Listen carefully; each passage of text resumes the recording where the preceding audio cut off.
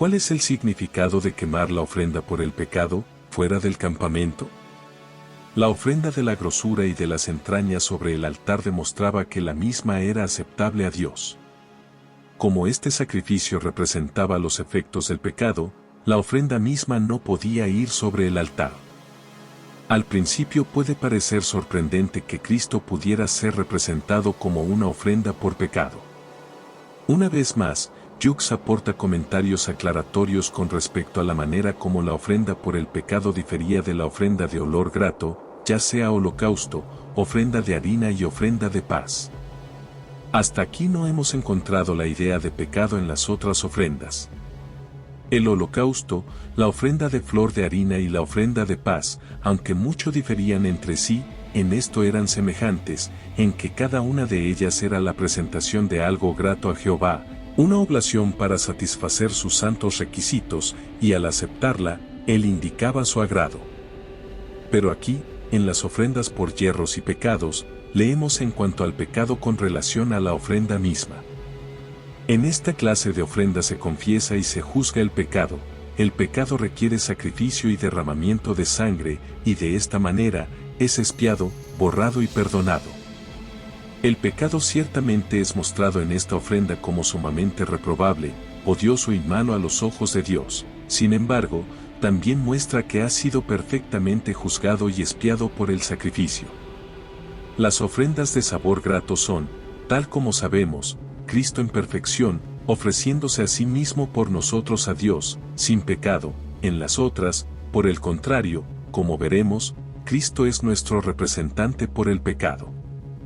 El sacrificio expiatorio que comenzó en Getsemaní y terminó al día siguiente en el Gólgota puede ser considerado como una ofrenda por el pecado, pues ese fue su propósito.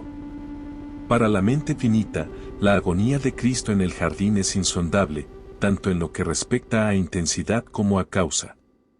Luchó y gimió bajo el peso de una carga que ningún otro ser que ha vivido sobre la tierra puede siquiera concebir de ser posible. No fue el dolor físico, ni la angustia mental solamente, lo que lo hizo padecer tan intenso tormento que produjo una emanación de sangre por cada poro, sino una agonía espiritual del alma que solo Dios era capaz de conocer. En alguna forma efectiva y terriblemente real, aun cuando incomprensible para el hombre, el Salvador tomó sobre sí la carga de los pecados de todo el género humano, desde Adán hasta el fin del mundo. En otras palabras, para satisfacer las demandas de la justicia, Cristo se puso ante la ley como si fuera culpable de todos los pecados, aun no siendo culpable de ninguno. Él vino a ser una ofrenda por el pecado de todo el género humano. Este sacrificio fue algo más que el sufrimiento en el jardín de Getsemaní. La culminación de este sacrificio tuvo lugar sobre la cruz, fuera de los muros de la ciudad.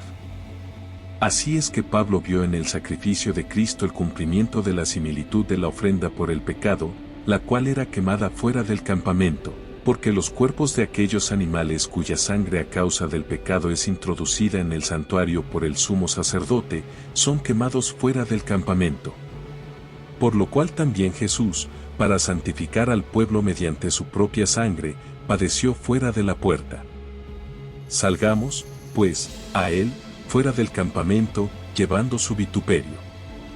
Si te ha gustado Daulaka el video, suscríbete al canal y comparte. Nos vemos en el próximo video.